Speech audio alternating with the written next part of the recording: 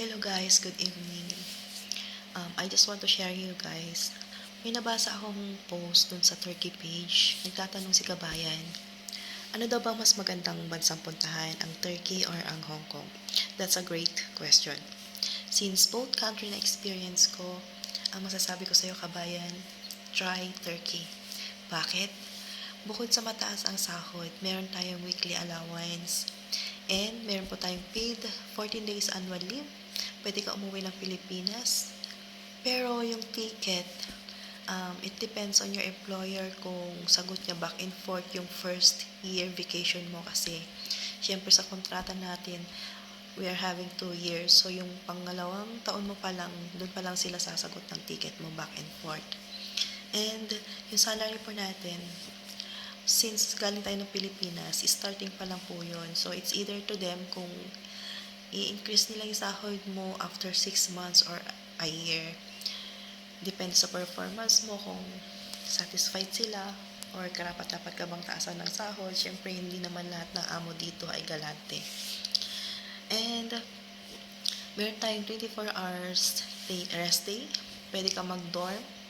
Pwede mo spend yung 24 hours mo outside your employer's house. Yung iba lumalabas ng hapon, babalik at the next day ng hapon din. Basta makumpleto lang yung 24 hours. And dito po, malalaki po yung bahay pero wala silang, hindi kagaya sa Hong Kong natagtad ng CCTV. Sa Hong Kong kasi, base sa experience ko, yung 400 square feet na bahay ng amo ko napakaliit. Meron silang 7 CCTV, lahat na lang ata ng sulok meron. Yung akala mo ba itatakbo mo yung bahay nila sa dami ng CCTV. Tapos, sa Hong Kong kasi para akong trumpo. From 6 a.m. to 11 p.m. Sometimes inaabot pa ako ng 12 p.m. na midnight. Dito po hindi. Meron oras. Depende po sa amo hindi lahat ng amo binibigay talaga yung mahabang oras ng pahinga kasi syempre ang alaga dito baby. So yung iba natutulog kung tulog na yung baby. Sa akin kasi sumunod naman po yung employer ko sa kontrata na meron akong 12 hours rest. Kasi sa kontrata ko po ang nakalagay 10 hours plus yung pag may 5 hours straight ka, meron kang isang oras na pahinga. So sa 10 hours ko, meron akong 2 hours na pahinga dapat. So, dinagdag po yun sa 10 hours. Kaya, naging 12 hours po siya. From 8 a.m. gising ko. Tapos, ang pahinga ko na po ay 8 p.m. na ng gabi. Minsan po, inaabot ako ng 9 or 10. Depende po pag meron silang bisita. Kasi, syempre, kailangan kong alagaan yung baby habang may bisita pag hindi pa tulog. Pero, pag wala naman bisita, basta 8 o'clock ganun or 8:30, kinukuha na ni amo yung bata sa akin. And that is good for me kasi hindi ako masyadong pagod. At saka, bilang nani, hindi ka po obligado maglinis ng general cleaning. Hindi nila ako nire-required na maglinis ng buong bahay. Basta ang priority ko ay yung bata. So, pag tulog yung baby, doon pala ako naglilinis. Light cleaning lang naman, tidy up, gano'n. Hindi naman nila ako inuobliga na gawin lahat.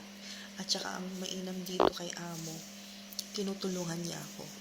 Pag nasa akin yung bata, siya ang nagliligpit sa kusina. So, pag nasa kanya na may bata, syempre ako naman lahat. Ganun lang po yung buhay ko dito. And ano po ba yung mai-share ko sa inyo? Pag may bakasyon, usually yung mga employer dito nag-out of the country or nagbabakasyon sa ibang city. Minsan kasi sila may mga bahay sa mga ibang city, doon sila nag-i-spend ng vacation and napupunta sila ng beach. Kaya since nani ka, kasama ka rin nila. Kung pupunta man sila ng ibang country, kasama ka din nila. Yun naman yung maganda dito. Hindi kagaya dun sa Hong Kong na, Diyos ko po. Kaya ako siya inayaman kasi para akong trumpo. Hatid sundo sa mga alaga ko.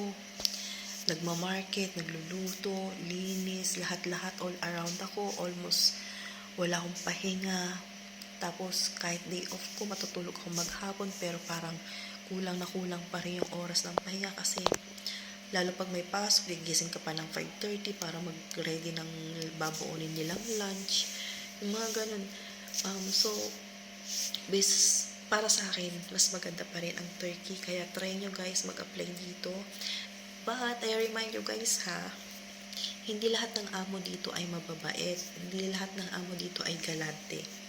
Always expect na merong mga amo na kuripot, yung tawag dito, yung susulitin yung pinapasahod sa'yo, ganun. Meron yung masyadong mahaba yung pahinga. So, always be ready sa ganyang sitwasyon. Kasi hindi naman lahat ng experience namin or ng iba na may mga okay amo ay magiging ganun din. Hindi po lahat. Kaya yung mga nagtatanong na mababait ba ang mga Turkish, okay ba ang mga Turkish, gaya lang po yun ng ibang bansa na depende po, hindi po pare-pareho. Just always pray na sana mapunta ka sa mabait na amo, ganun. And then, pag nandito ka, pakikisama na lang, wag mo na lang silang sasalungatin. Kumbaga, sakyan mo na lang yung trip nila, ganun. Kasi sa akin, ganun lang ako, open ako sa amo ko. Kung ano yung trip niya, sinusundan ko lang. Para lang okay ang dali ng buhay. Huwag mo silang sasalungatin. Pag galit sila, huwag mo sasalubungin ng galit.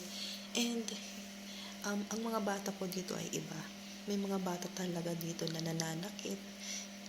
Yung mga Turkish, sabi nila, mainitin ang ulo. Although, yes. Kasi nabanggit yan sa akin ni ma'am na sabi niya sa akin, hindi mo magugustuhan na matuto ng Turkish kasi pag yung mainit ang ulo nila, nagagalit sila, nakapagbitaw sila ng hindi magandang salita. Galing naman yan kay amo. So, niremind lang niya ako, pero may kasamang tawa. Kumbaga, pinaalam lang niya sa akin na yes, Turkish is like that. Pero hindi naman. Nasa sayo naman yung kung paano mo sila pakikisamahan, diba? So, sayong nagtanong kabayan, try Turkey. Maganda dito. And see you!